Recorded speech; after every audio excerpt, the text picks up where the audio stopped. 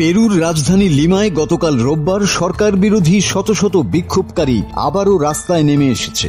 এ সময় সংঘর্ষে পুলিশ কর্মকর্তা ও সাংবাদিক সহ অন্তত 18 জন আহত হয়েছেন। দক্ষিণ আমেরিকার দেশ পেরুতে সরকার বিরোধী আন্দোলন সপ্তাহের পর সপ্তাহ ধরে তীব্র হচ্ছে। গত শনিবার রাজধানী লিমা সহ অন্যান্য শহরে দেশটির জেনজি তরুণরা রাজপথে নেমে প্রেসিডেন্ট দিনা বলুয়ার্তে ও কংগ্রেসের বিরুদ্ধে তাদের ক্ষোভ প্রকাশ করেছে।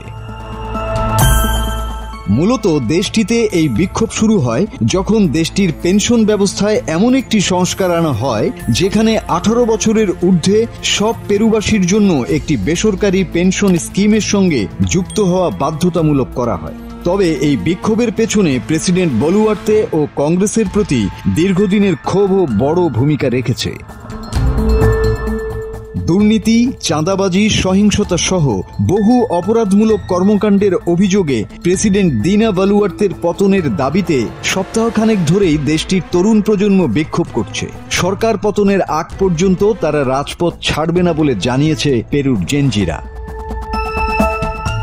বিক্ষোভকারীরা বলছেন সরকারের এই সিদ্ধান্ত জনগণের মতামত ছাড়া চাপিয়ে দেওয়া হয়েছে এবং এটি অর্থনৈতিকভাবে অনেকের উপর চাপ সৃষ্টি করবে। অন্যদিকে সমালোচকরা বলছেন প্রেসিডেন্ট ও কংগ্রেসের অজনপ্রিয়তা এবং দুর্নীতির অভিযোগও আন্দোলনের অন্যতম কারণ।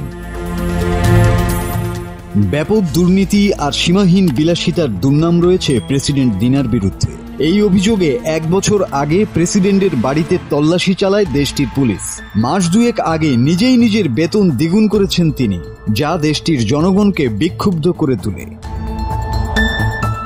তবে বিশ্লেষকরা মনে করছেন এই বিক্ষোভ ভবিষ্যতে আরও তীব্র আকার ধারণ করতে পারে যদি সরকার জনগণের উদ্বেগগুলো আমলে না নেয়।